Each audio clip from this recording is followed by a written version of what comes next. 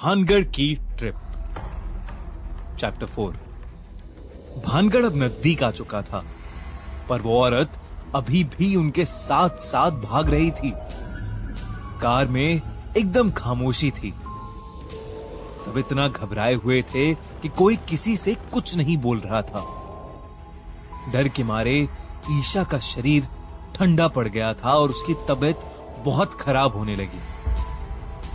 वो जैसे ही भानगढ़ के दरवाजे पर पहुंचे, वो औरत अचानक गायब हो गई। सब घबराए हुए थे। किसी को कुछ समझ नहीं आया कि उनके साथ क्या हुआ। गौरव ने विकास से रिक्वेस्ट करी कि वो कोई और रास्ता लेकर वापस जयपुर की ओर चले।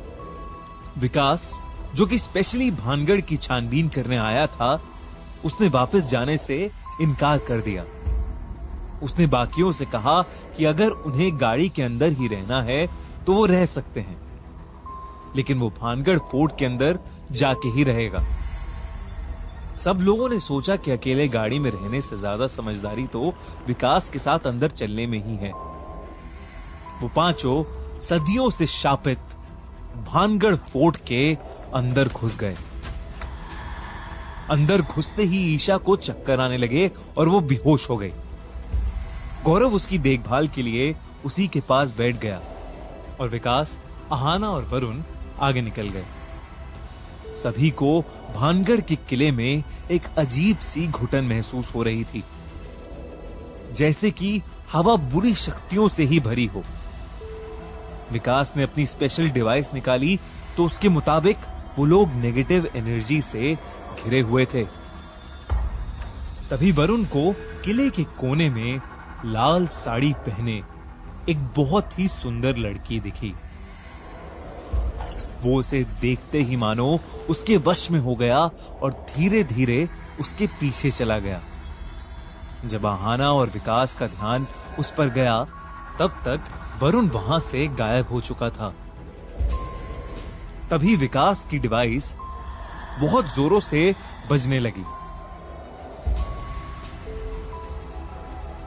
अचानक आहाना और विकास को पायल की आवाज आने लगी। उन्हें ऐसा लग रहा था जैसे उनके पास कोई आ रहा है। जैसे जैसे वो पायल की आवाज और तेज होने लगी, वैसे वैसे विकास की डिवाइस और जोरों से बजने लगी। कुछ ही सेकंड्स में वो डिवाइस शॉर्ट हो गई और साथ ही विकास के हाथ में जो टॉर्च थी वो भी बंद पड़ गई। ये देखकर आहाना की चीख निकल गई, क्योंकि पायल की आवाज अभी भी आ रही थी। जहां विकास और आहाना खड़े थे, वहां एकदम अंधेरा हो गया था। उधर जब गौरव ने ईशा को पानी पिलाया, तब वो थोड़ा होश में आई। गौरव ने जब ध्यान से देखा तो ईशा की आंखें लाल थीं। कुछ ही देर बाद वो अपना सर जोरों से हिलाने लगी और अपने आप को चाटे मारने लगी। गौरव उसकी वो हालत देखकर चौंक गया और उसे महसूस हुआ कि शायद ईशा के अंदर कोई आत्मा घुस गई है। अंदर वरुण उस लाल साड़ी वाली औरत के पीछे पीछे उस किले के कमरे में चला गया। वो कमरा सजा हुआ था और वहां एक दीवान पड़ा था। वो औरत घूंघट ओढ़े उस दीवान पर जाकर बैठ गई। वरुण उस औरत के वश में इतना डूब चुका था कि धीरे धीरे वो उसके पास जाने लगा। उधर आहाना और विकास अंधेरे में पायल की आवाज सुन सुनकर घबरा चुके थे। विकास ने अपने बैग से एक मोमबत्ती निकाली। वो मोमबत्ती जलाकर रास्ता ढूंढने आगे बढ़ा और कुछ ही दूर जाकर वो पायल की आवाज भी बंद हो गई।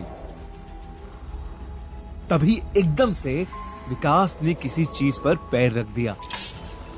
उसने देखा कि एक इत्तर की कांच की बोतल उसके पैर के नीचे आकर टूट गई। उस इत्तर की खुशबू जैसे ही आहाना और विकास की नाक में चढ़ी, वैसे ही उन दोनों की तबीयत खराब होने लगी। विकास ने जब ऊपर देखा तभी अचानक उसकी आंखों के सामने एक चुड़ैल थी, जिसे देखते ही विकास के हाथ से मोमबत्ती छूट गई।